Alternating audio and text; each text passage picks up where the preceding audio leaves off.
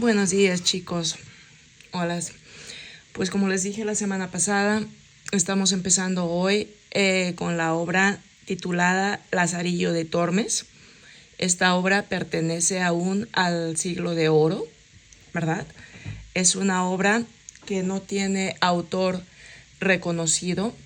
Es una obra de autor anónimo. Significa que no sabemos el nombre de la persona. Y podemos comprender por qué es una obra anónima, porque es como esta novela es una sátira de lo que pasaba en ese momento, el contexto social, el contexto cristiano que se vivía en esa época, ¿ok? Entonces la persona que escribió esto definitivamente no quería ser reconocida. En su época, esta obra, El Lazarillo de Tormes, esto es muy importante, deben saber que fue prohibida por la Santa Inquisición. Si ustedes recuerdan, les mencioné esta época muy triste que se vivió en esos años debido a la Santa Inquisición, una reforma cristiana que se creó debido al crecimiento de la religión protestante, la aparición de Lutero con los luteranos. Es bueno que ustedes lean un poco más acerca de la Santa Inquisición. Es una parte muy triste y vergonzosa de la religión cristiana en esa época. Por lo mismo que esta novela hacía burla a todo lo que se vivía en esa época, a la hipocresía social, a la hipocresía cristiana, es de que es prohibida por la Santa Inquisición. Estaba prohibida en su lectura, en su publicación, es más, ¿ok?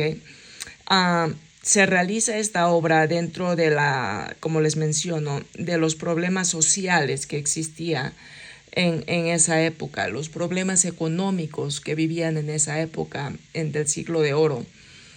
Suena, sí, contradictorio, suena raro decir que existían problemas sociales y económicos en esa época, porque estábamos hablando de la época de conquista de los españoles, en los cuales se veía el regreso de ellos con todo el oro, con toda la riqueza que estaban consiguiendo en sus conquistas.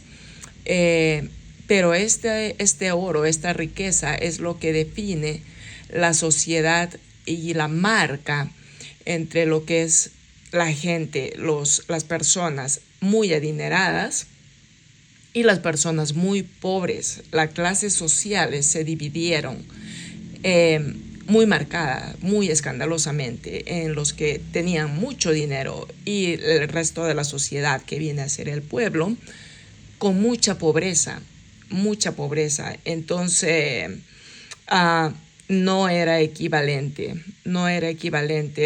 el ingreso de tanto oro, de tanta riqueza en el país, ¿no? También, como les menciono, se da la corrupción de la iglesia en lo que era mantener solamente la riqueza para los clérigos de la iglesia, para los nobles de la iglesia. Se torna todo esto en una hipocresía, ya no solamente en que todo tenía que ser visto en la manera de alabanza a Dios, ¿no? Sino ahora la ambición del poder. Eso es más que todo un breve resumen de lo que estamos viendo cuando se escribió, durante la época que se escribió esta parte del Lazarillo de Tormes. Como les dije, van a ser 3 clases. Poco a poco les voy a ir contando un poco más de lo que se trata, con más detalle, el contexto histórico que tenemos para el Lazarillo de Tormes, que sepamos que corresponde al siglo de oro, ¿ok? Y que es de autor anónimo. Características de esta obra. Para empezar, podemos mencionar que es una novela, ¿ok?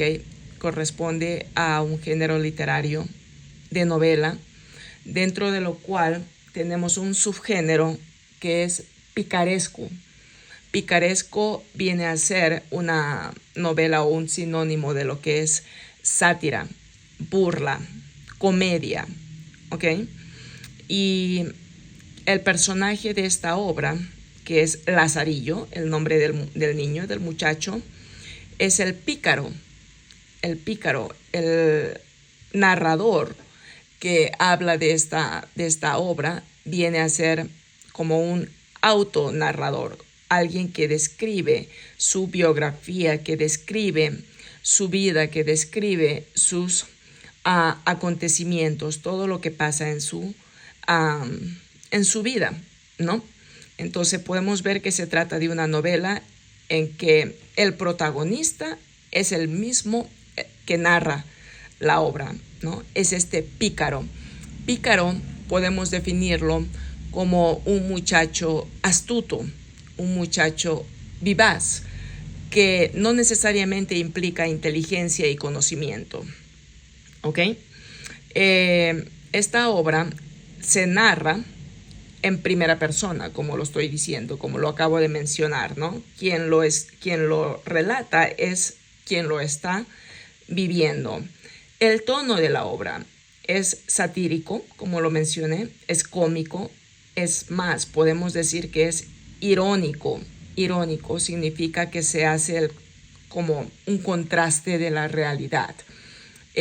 Lo que es el cristianismo con el protestantismo, lo que es la riqueza de los nobles y el clérigo cristiano comparado con la sociedad y el pueblo que vivía en tanta pobreza, una diferencia abismal, ¿ok?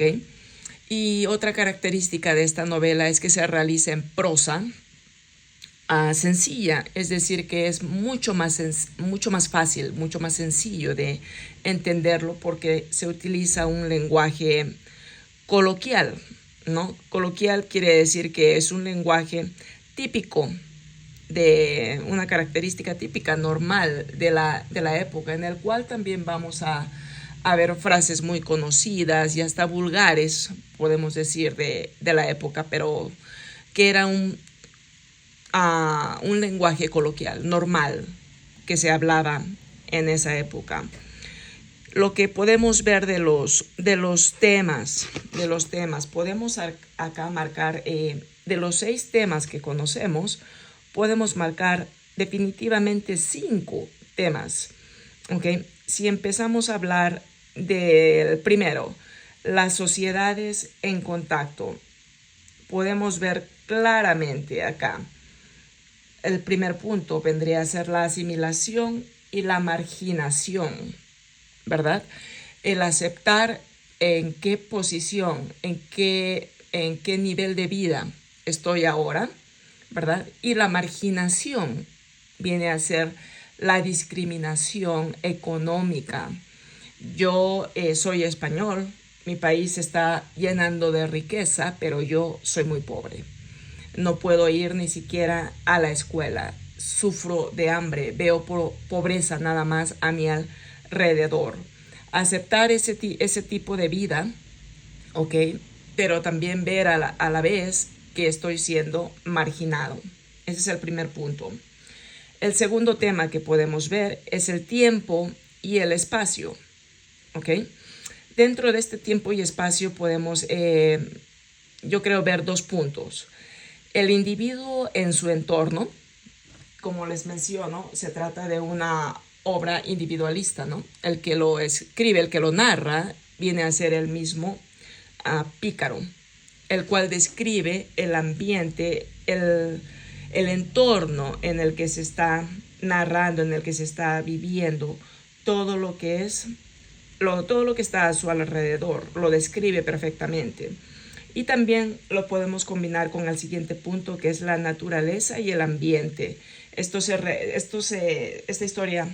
novela se relata en la ciudad de Salamanca, que pertenece a Castilla de León, el cual es una ciudad muy linda, y durante la novela, vamos a poder entender y darnos una visión de lo que Lazarillo nos cuenta, cómo es la ciudad, cómo la describe, los lugares que visita, ¿verdad? El tercer tema que podemos rescatar de esta novela es la dualidad del ser. Definitivamente tenemos que incluir este tema porque nos habla de una imagen pública y de una imagen privada, ¿verdad? El protestantismo, como les digo, ¿no? La Santa Inquisición, el poderío de los reyes, de la alta jerarquía, y también de la sociedad pobre, del pueblo, una imagen muy pública y a la vez una imagen privada, que es lo que Lazarillo nos cuenta, la imagen privada, la imagen de su vida, de todo lo que está aconteciendo con él. Podemos ver también el siguiente tema, las relaciones interpersonales. Okay. Acá podemos rescatar 2 puntos. La primera, la amistad y la hostilidad. Vamos a ir viendo en la novela, mientras les voy relatando lo que pasó. La amistad que podemos decir Lazarillo tiene con las personas con las que él llega a vivir, ¿verdad? Dentro de las cuales existe también hostilidad. Hostilidad significa maldad, acciones de mal proceder, acciones que causan daño, ¿ok? Lo vamos a ver muy, muy claro cuando ya vayamos viendo lo que es la novela y las historias que se narran en esta novela. Y lógicamente las relaciones de poder, la diferencia que podemos ver ahí, ¿no? En las relaciones de poder en la comunidad, en el contexto social. Y por último, podemos hablar de la creación literaria como último tema y puedo hablar del texto y sus contextos casi en la última parte, ¿no? De la forma en que se está escribiendo la novela, el texto que se narra, de lo cual de ahí se desglosa, se divide en contextos que hacen en general, poniéndolos todos juntos, en forma global, el contenido de una sola historia, ¿verdad? Bueno, como les dije, estoy haciendo solamente un resumen muy breve. Es una novela muy extensa, pero son 3 clases y voy a ir ahondando poco a poco, un poco más en detalle cuando hablemos de la novela en sí. Les he adjuntado un video muy interesante, creo yo, porque sí revela más o menos la visión que nos puede dar la visión de lo que se vivía en ese entonces. Este video de YouTube es de Lazarillo de Tormes, del Tratado 1, que es lo que estamos hablando hoy. Por favor, véanlo para que tengan más o menos una idea y puedan entender de qué se trata este primer tratado, ¿no? Y ahora empiezo a relatarles lo que Lazarillo nos cuenta en este primer tratado. Pues se dice que en la época del siglo de oro, en que todo, ¿verdad?, era riqueza para los nobles y los cristianos, y como ya lo mencioné, en el pueblo se veía mucha tristeza, mucha pobreza, porque ese oro, esa riqueza no llegaba a las manos del pueblo. Se veía mucha escasez de comida, muchas enfermedades en lo que es la clase baja de la sociedad. El padre de Lazarillo de Tormes, considerado un delincuente, ¿verdad?, que era clásico casi de esa época. El hombre, nos cuenta Lazarillo, que lo encontraron muchas veces robando, y la intención de robar era poder juntar algo de dinero para poder llevar comida a sus hijos, a su hijo, a su casa, a su mujer. Era muy común ver este tipo de delincuentes en esa época. Y Lazarillo nos cuenta y nos refiere a su padre como un tipo de esa manera, un delincuente que salía a robar y que era ya conocido como un ratero, ¿no?, un ladrón, pero que también nos cuenta de que todas las veces que fue encontrado, él no tenía ninguna vergüenza de admitirlo. Él siempre era muy seguro en de aceptar que sí, había robado, sí, había hurtado, no tenía ninguna vergüenza. Era, nos menciona, un ladrón, un ratero con orgullo, ¿no? La madre no trabajaba, se dedicaba solamente a la casa. En algún momento este hombre, el padre de Lazarillo, es enviado y participa en las guerras sociales que se dan en ese momento. Y también acuérdense que era la parte de la época también de la liberación de los moros, y se daban muchas guerras, muchas batallas en esa época todavía, ¿no? Como les mencioné ya en otras obras. Y este señor pues muere en una de ellas, quedando la señora, la mamá de Lazarillo, viuda, y no tenía manera de cómo sustentar económicamente ni con alimento a Lazarillo, por lo cual Lazarillo nos cuenta de que la mamá conoce a un hombre moreno, que por los rasgos que se nos da en la novela, pues podemos decir que era un hombre moro, un hombre musulmán, ¿no? Y nos menciona la novela en el cual dice, mi madre conoce a un hombre moreno, no menciona moro ni musulmán, del cual me ofrecieron un regalo negrito muy bonito. Con eso nos da a entender de que Lazarillo tenía en esa época un hermanastro, ¿verdad? Que era negrito, que era morenito. Y por ahí podemos sacar la conclusión que les digo, de que el padre de este niño era moro, era musulmán, pero de que se llevaban de muy buenas relaciones, que se llevaban muy bien, y que Lazarillo quería a su hermanito, a su hermanastro. Pero ya eran dos bocas más, ¿verdad? Era una boca más, perdón. Y este hombre pues no era una excepción de la sociedad.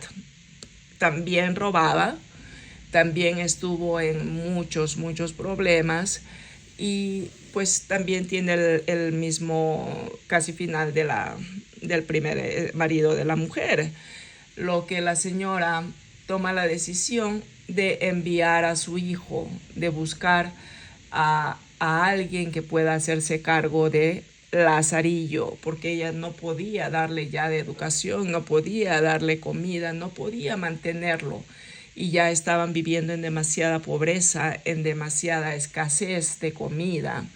Lazarillo pasaba mucho hambre, mucha penuria, era una vida muy triste, y la señora decide darlo como podemos decir, como un sistema de venta, ¿verdad? Para que él pueda, Lazarillo pueda dar los servicios de su compañía, de su ayuda, como un trabajo, en otras palabras, a alguien, con la condición de que esta persona, su nuevo jefe, le podemos dar así el título, lo mantenga, le dé de comer y le pueda también ofrecer educación. Entonces, pues esta mujer encuentra a un ciego, a un anciano ciego, y lo ofrece a su hijo para que sea su acompañante, para que sea su ayuda, para que Lazarillo pueda atender al ciego, ¿verdad? Pues Lazarillo, muy temeroso, se lo ve en las fotos que podemos ver en la novela, que ya les puedo adjuntar más adelante. Muy pequeñito, muy niño aún, se va con mucho temor, despidiéndose de su madre, entendiendo que ya no podían vivir juntos y que ya no había que comer. Se va con este ciego, comprometido a ayudarlo, a guiarlo y a ser su acompañante. Y pues nos relata en la novela varios episodios de la vida de estos señores, podemos decir así, ¿no? De Lazarillo y el ciego en sus aventuras. Para resumir un poco la historia, este ciego dentro de la bondad de poder recibir a Lazarillo, se ve la hostilidad, la maldad que también existía en él, y lo podemos relatar de la siguiente forma. Sería bueno que también hagan una pausa ahora y puedan darle el clic al video para yo poder continuar relatándole las historias de lo que viene después en el video.